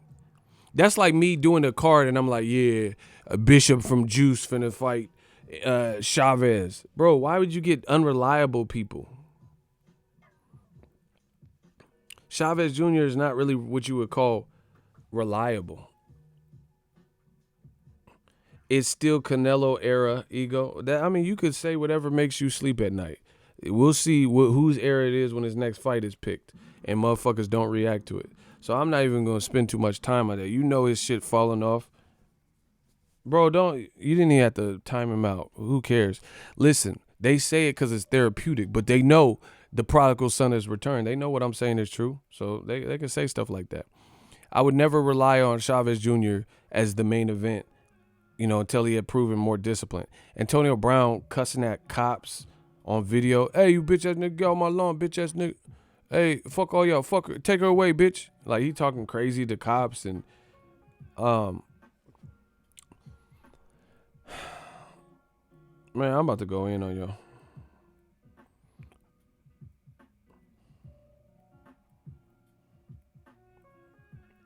Bro, the clout, look, it's nonstop. This is just, look, DAZN retweeted. I want to fight Leo Santa Cruz at the Staples Center. Jojo Diaz. Bro, this is just sad for DAZN. I keep telling y'all. Jojo Diaz impressed versus Tevin Farmer. But the world know. Oh, my God. Do y'all see it now? They keep saying PBC is this, and this, ain't this, and this, but people will not stop calling out PBC fighters. That like boxing doesn't exist without calling out PBC fighters. That goes to show you who's been branded. That puts it right there. So the rumor is that Tank is supposed to fight Leo Santa Cruz in the Staples Center. So Jojo Diaz just tweeting that out. I mean, it doesn't do nothing.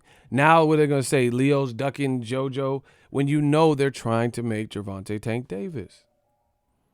Bro, this is just pure. That's what I'm saying, bro. It's not. It's just clout chasing. This doesn't. First of all, Jojo Diaz, like I said, he impressed me, but they did nothing to promote his Tevin Farmer fight. Why would Leo not fight the easier fight to make with a bigger name where he gets more credit because Tank is a big deal, right? To fight at the Staples Center with Jojo Diaz, who DAZN put on an undercard underneath YouTubers. It don't make sense. So from a fighter, okay, I get it. You want to make a call it, but you have to know that that's not likely, especially when I'm done. It's just like now it's getting to the point where the clout chase, you have to see what I'm talking about. It is so flagrant. It's like just pathetic, to be honest. It's like Dillian White keeps screaming out Wilder, keeps screaming out Andy Ruiz. And you know these fights aren't happening because of various things. Wilder is tied up for 2 fights with Tyson Fury, one on February 22nd. They're doing promotional shows for Wilder Fury. If this is not clout chase, I don't know what it is. And while that's happening, they did 2 press conferences for Wilder Fury 2. Dillian White and AJ keep talking about Wilder, keep talking about fighting Wilder and Fury. Bro, that is not, it doesn't even make sense. It doesn't make sense. Ryan Garcia has Fonseca, and we knew about that. He's talking about Tank. Eddie Hearn talking about Devin Haney and Ryan Garcia. It's just nonstop. Leo Santa Cruz about to get a fight on his network that's big with Gervonta Tank Davis, for what we know. People could post all the Tank mug shots and shit they want. That fight's probably going on. You know, I ain't heard about the Tank is in prison for a year, so he can't fight now. So it's like, to me, it's just clout chasing. Whatever Tank did in his personal life, he gonna have to answer to that. But we haven't heard no indication that he won't be able to fight anymore, which is his profession.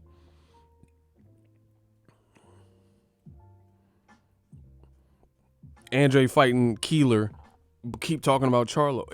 It's Eddie Hearn. Oh, here's the email, guys. Look, I sent it, bro. You're not making the fight though. It's not happening. Oh my gosh, this is I ain't never seen nothing like this.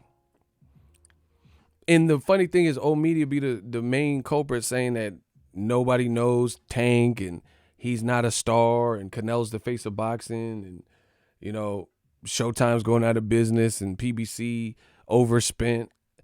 You know what is funny? DAZN is everything they wanted PBC to be. Old media said PBC was overspending. They had shitty cards, cherry-picked mismatches. Investors were pulling out. Everything that you put on PBC to be and forecasted, they've already went through the early years of, like, you know, first 2 years of business and having to be in the red for whatever period of time. They're already past that. DAZN is literally everything that they said PBC was going to be. Same thing with Mayweather. Everything you wanted from Mayweather, everything you put on Mayweather's back and said he waited for people to get old, he sucked, he waited for people to look vulnerable. That's literally what Canelo is doing. And now old media can't see it. Bro, they full of shit. You know what it is.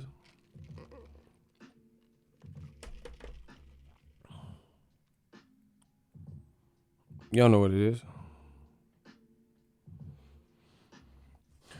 And then DAZN, on their last Andrade telecast, they had kept pushing this narrative that Charlo need to fight Andrade. Basically, this is DAZN kind of tapping out, saying, "Hey, okay, Al Heyman, we need you. We need you to send one of your guys."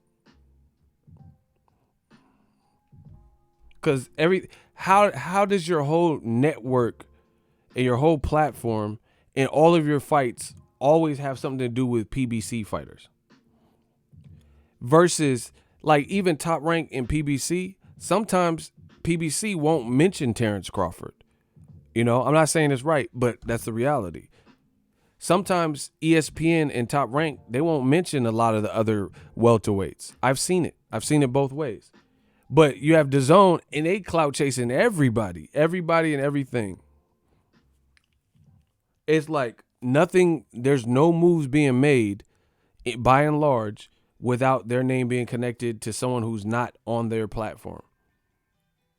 That shows you a sign of, in my opinion, discontent. There is not one person, except for Canelo and Triple G, who I don't think they're trying to fight nobody, you know.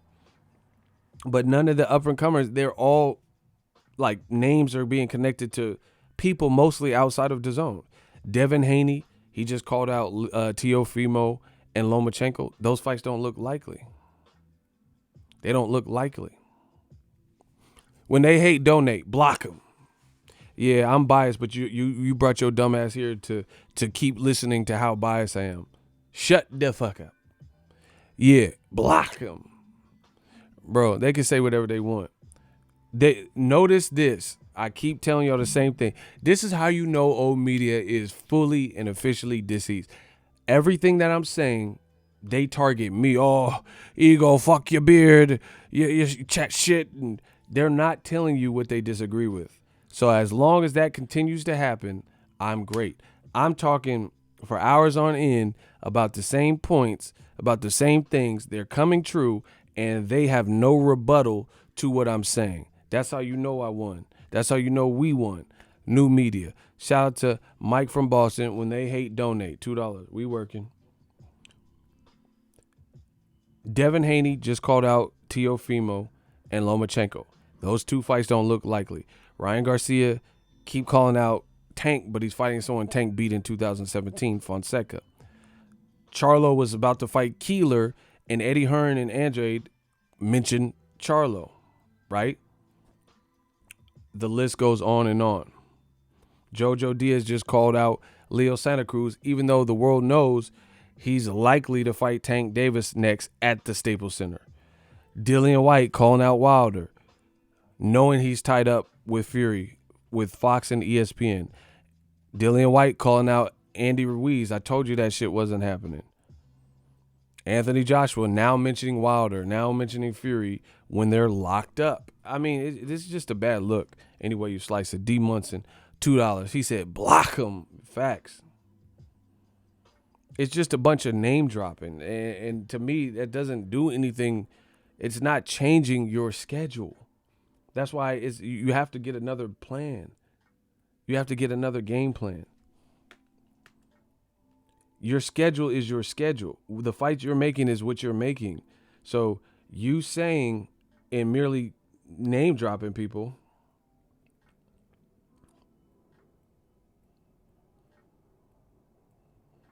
Look, this is Golden Boy. This is DAZN. March 19th on that triple header with the 3 star names, or the bigger names are coming off loss. Richard Acevedo versus Jeremy Ramos. Rudy Garcia versus Andrew Strode. Josis Gonzalez and Jose Meza. Nick Sullivan and Marquise Stewart. Like, who? Bro, how can DAZN win with these fights? I need someone to tell me, bro. I literally have not heard one of them people. Maybe I'm ignorant. But I literally haven't heard of any of those guys.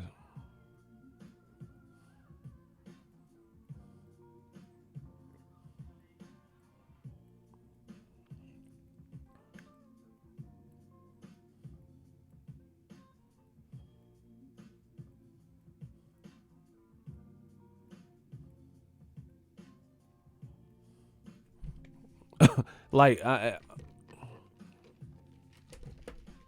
it's sad, bro. Sad times.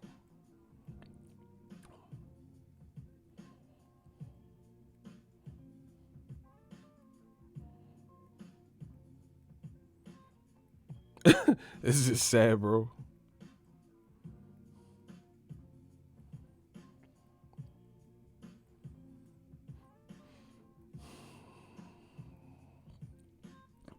New media. I told you we came and did these boys greasy. Hey, we came and did them greasy because now everybody sees what I've been saying all along. There's no way you cannot see new media winning.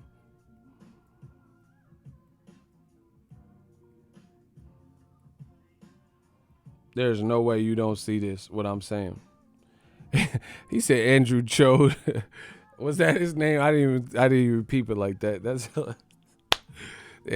you got made fun of as a kid with that. Listen. Oh my. But wait, there's more. Oh my gosh. Smash the like button. Do y'all want me to catch another body? I'll catch it if y'all want. I don't even really, I shouldn't do this. If y'all want me to catch another body, smash the like button. Can I get a hell yeah in the comment section? Michael Hunter called out Dillian White. If White don't take that fight, they're all fleck. That's what I'm saying. Michael Hunter really beat Povetkin. Michael Hunter, truth be told, quiet as kept, he gave Usyk some work. He almost got stopped in the 12th round, but that was one of Usyk's toughest fights. He's a heavyweight. He's, I think he went to the Olympics. But it's not even just Michael Hunter, but shout out to him. Michael Hunter, Dillian White. What about Luis Ortiz? The man just got knocked out. Why would you fight Povetkin? Why not? Why don't you fight Luis Ortiz? See, that's what I'm saying. It's cap. The UK keep talking about Luis Ortiz, old man, and he's an old man, mate. Fight the old man and do what Wilder did then. But they don't want to do that. How you don't want to fight him, but you want to call him names and shit? Man, this cap. But wait, there's more. It's bad, man. John Skipper, new media. Everybody just type new media. I'll show y'all when I need to hear it in the crowd.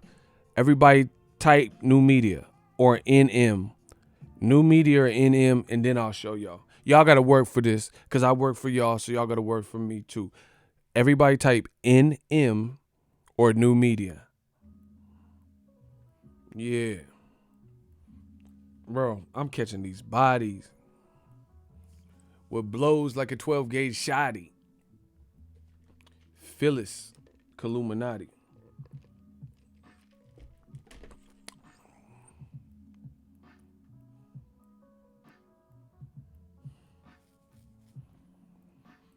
I used to subscribe to many other channels, but I have noticed that if it's not here, then it is not important or true.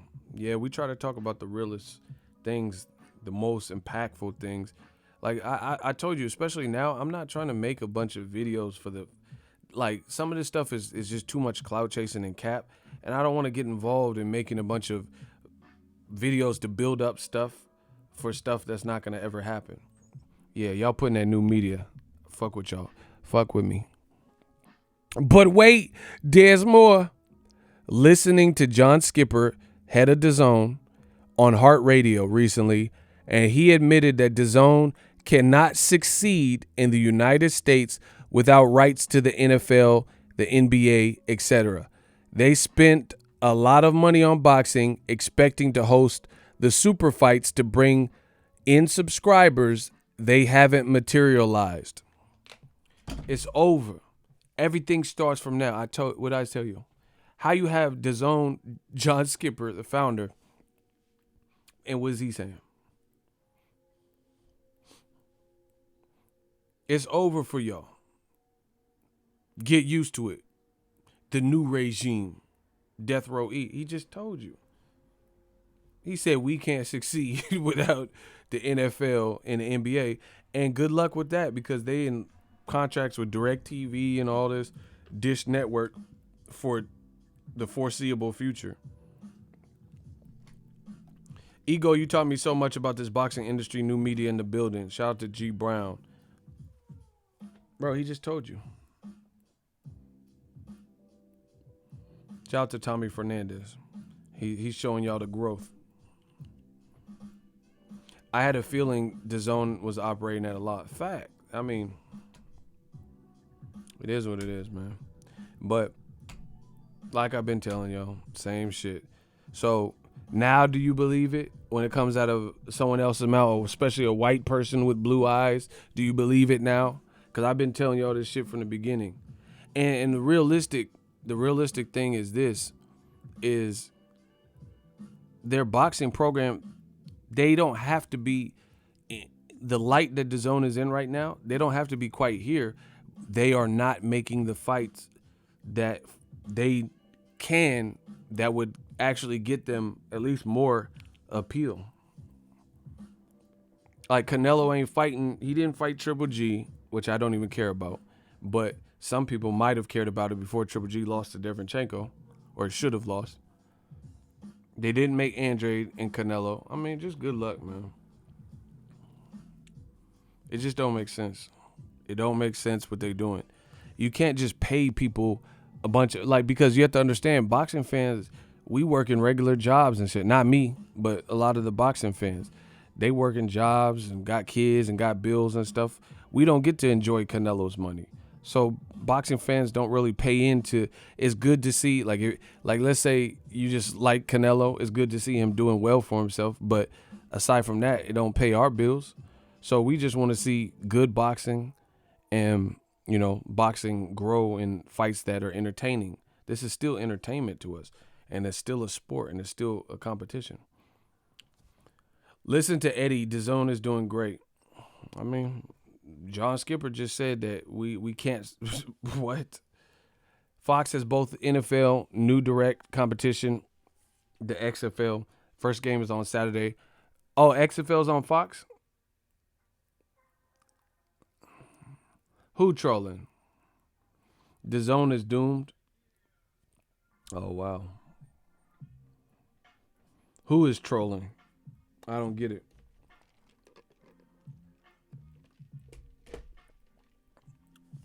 This is what happens when you don't listen to new media. I try telling you. Everything goes to new media because we want the hottest shit. We want the realest shit. Imagine if PBC does David Benavidez versus Caleb Plant. And it's like the more better fights that Top Rank and PBC make, the worse it gets for DAZN. You see what I'm saying? Because if Top Rank, they already got one with PBC, Wilder Fury, part 2 and 3. But if Top Rank actually gets Teofimo done versus Lomachenko, that's a big fight. Bro, how you keep perpetually, man, come on, I'm done. You just can't be in last place all the time. You have to have, this early schedule from DAZN, I ain't heard of nothing. The biggest fight, I guess, is Mikey versus Jesse Vargas. And that's a shot in the dark. Mikey might struggle more than people think versus Jesse Vargas. That's not even that big of a fight to me like that. The man lost every round to Errol Spence. Every single round. I don't know, man.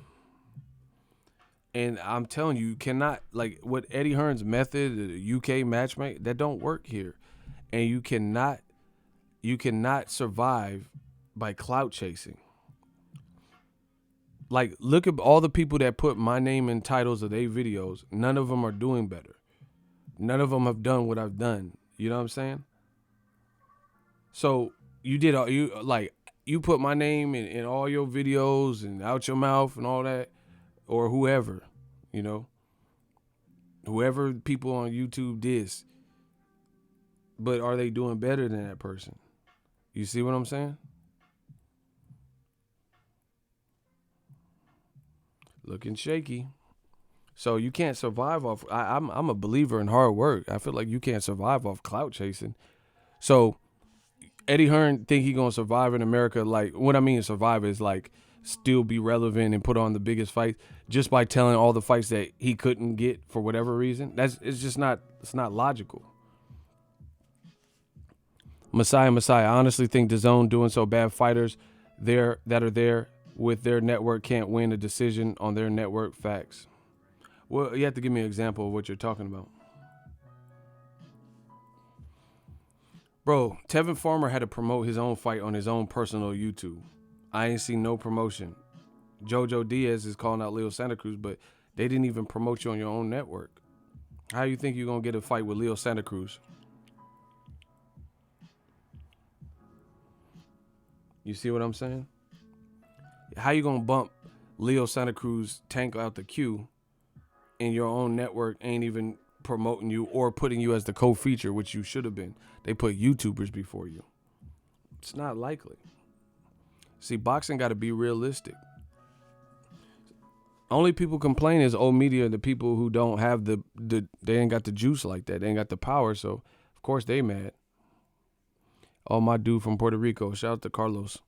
Yeah, shout out to Carlos. Eagles Army, he be in here. Anyway, that's my time, people. I'm going to see if my package came. I got some new gear.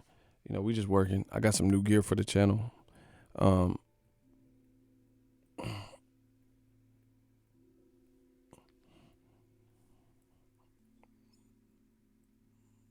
don't know what you're talking about. How's the unpack? Never mind. I don't know. You have to send it to me.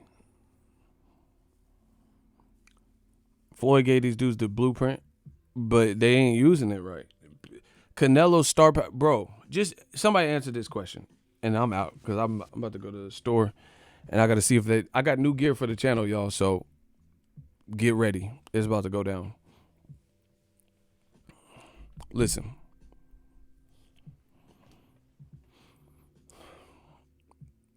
How did DAZN get 3 guys who, before DAZN was introduced to America, had already been branded in America, and all of their profiles had faltered modern day, current day?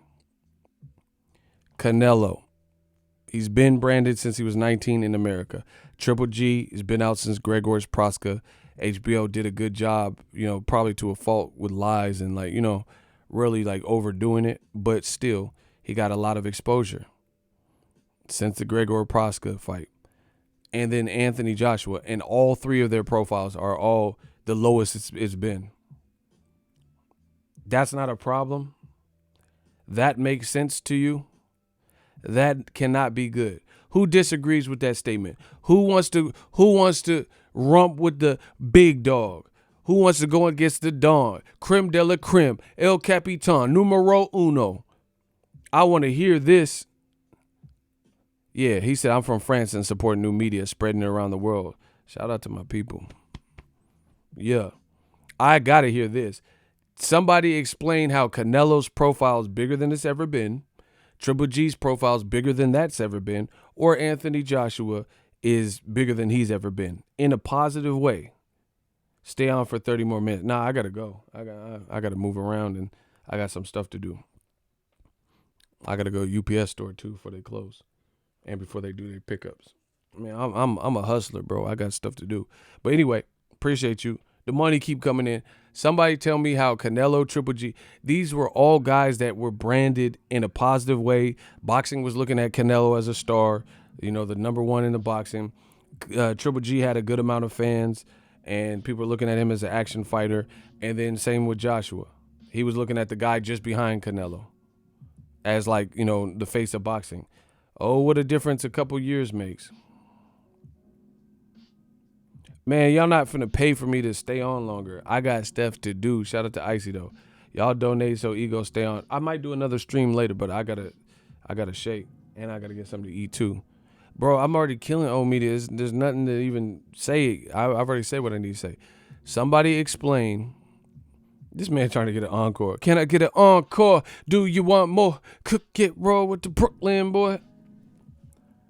And this is what I feared from the beginning with Doesnt. And I told you, this has the potential to blow up in their face and make fighters complacent. That is exactly what I'm seeing. I don't know if Cursor's in here, but he might remember. This was one of, and I just posed it as a question because it was one of my thoughts. When Doesnt first came out, I said, this could make people complacent. Getting a whole ass bag, a lot of money, who is going to want to take a harder assignment when regardless you getting a big bag? You see what I'm saying? Like if someone says, hey, I need you to take out these 4 trashes, I'll give you $150. Or I need you to go into this store bathroom, the female's restroom, someone done shit all over the bathroom stalls, clean that up for $150. For the same amount of money, who's going to want to clean the bathroom stalls with shit everywhere? Someone blew up the bathroom. $150 is $150. I would much rather take out the trash than clean up the fucking Charlo, the fucking Hershey squirt. You know what I'm saying? And that's what happened. Shout out to Daryl Zapata. He said he remembered. I know I said it because it was one of my concerns. I was like, so you giving Canelo all this money, is he going to be motivated to, if you could fight Rocky Fielding or Ryota Murata and still get a large-ass bag, why you want to fight Charlo? Why you going to want to fight Andrade? Guys who can maybe put that to a halt or give you a blemish. Same thing with Billy Joe Saunders. Andrade just called him out, and he's talking about, oh, let's discuss the numbers. What? Bro, they out here trying to get purses. And again, I understand that people want to get paid. I want to get paid. Everyone want to get paid. I don't care about money like that, but I know it's a necessitant to progress and to run your business. But with that being said, if you do what's right for boxing fans, then the money will come. Period. That's my time. I'll be back maybe. Holla at the boy, new media. We been beat these. I'm out.